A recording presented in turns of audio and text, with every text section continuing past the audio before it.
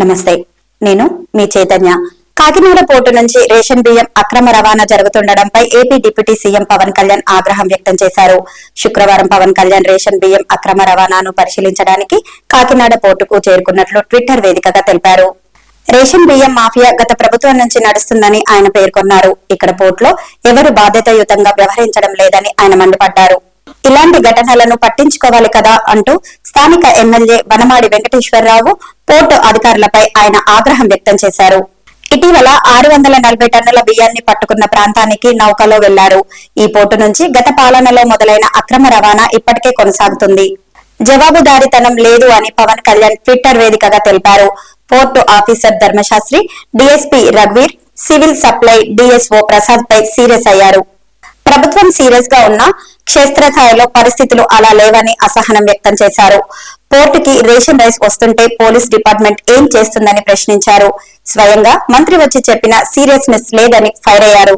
ఈ నేపథ్యంలో నిర్లక్ష్యంగా వ్యవహరించిన అధికారులపై చర్యలు ఉంటాయని హెచ్చరించిన AP deputy CM Pawan Kalyan. Being the district supplies already మన మినిస్టర్ గారు వచ్చినప్పుడు చీజ్ చేశాం సార్. ఇవన్నీ చీజ్ చేసి మళ్ళీ ఎలా వదిలేరు? బ్యాంక్ గ్యారంటీ మీద రిలీజ్ చేసాం. ఇవి పాడైపోతాయి. అదేనా ఇది? అదే సార్, దాంట్లో 50% ఉంది సార్. దీంట్లో మొత్తం అదే అన్నారు. మళ్ళీ ఇప్పుడు 50% ఉన్నారు. 50% వాళ్ళు బయట కొన్నారు, ఫ్రెష్ మిల్లింగ్ కొన్నారు సార్. ఈ మధ్య అది ఇది మిక్స్ చేసి మీరు సీజ్ చేశాను. మొన్నటి నుంచి ఇదే చెప్తున్నాను నేను. రైడ్కి వచ్చినప్పటి నుంచి కూడా ఇన్పుట్ ఎంత వచ్చింది, సీజ్ చేసినప్పటి నుంచి అవుట్పుట్ ఎంత వచ్చింది ఆ రికార్డ్స్ కాదండి, లేవు అందులో కరెక్ట్ గా. 3,324 టన్నులు. మీకు ఇప్పుడు సపోజ్ ఇట్లా వెళ్ళిపోయింది, మీరు ఇవన్నీ చెక్ చేయకపోతే ఈ బ్యాగ్స్ లో కోకైన్ ఉందని మీకు ఉందో ఎలా చెక్ చేస్తారు? మీకు ఇంకొకళ్ళు ఉంటే అలా కాదు. ఇది మీకు కంప్లీట్ గా పబ్లిక్ డిస్ట్రిబ్యూషన్ లైసెన్స్ మీకు అర్థమవుతుంది కదా. మరి ఆల్రెడీ 6 కాదు, మీరు అందరూ ఇలా కన్వీనియంట్ గా మాట్లాడితే ఎట్లా? Truck that passes the check post, they are deeming it to be cleared. Very conveniently, they have closed the check post in the night. So, ఎప్పుడు వెళ్ళి బీజీ నుంచి you know the consequences.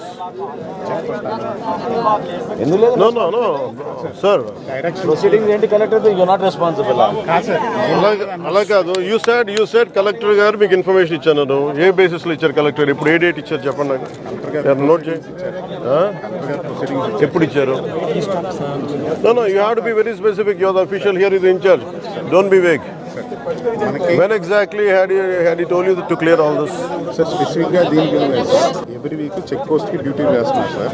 ఆ check post డ్యూటీని మనకు పంపుతున్నారు sir.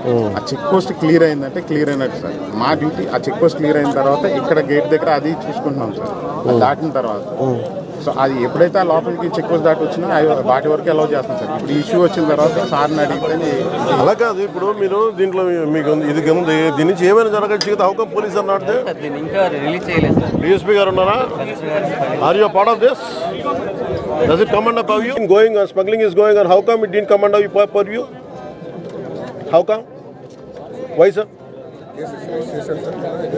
Okay, మీరు cases register చేశారు, మళ్ళీ ఎట్లా వెళ్తున్నాయి? కాదు, మీరు బాధ్యత వహిస్తా, మీరు ఎలా వదిలేస్తారు ఇవన్నీ? ఇది ఒక నెక్సెస్ అనుకుంటారు కదా, మీరు కూడా వదిలేస్తే. ఇది ఏ కంపెనీ మీద స్టార్ట్ చేశారు? ఇది లవాన్ పేరు మీద చేస్తారు. Okay, who is Agarwal? Who is Agarwal?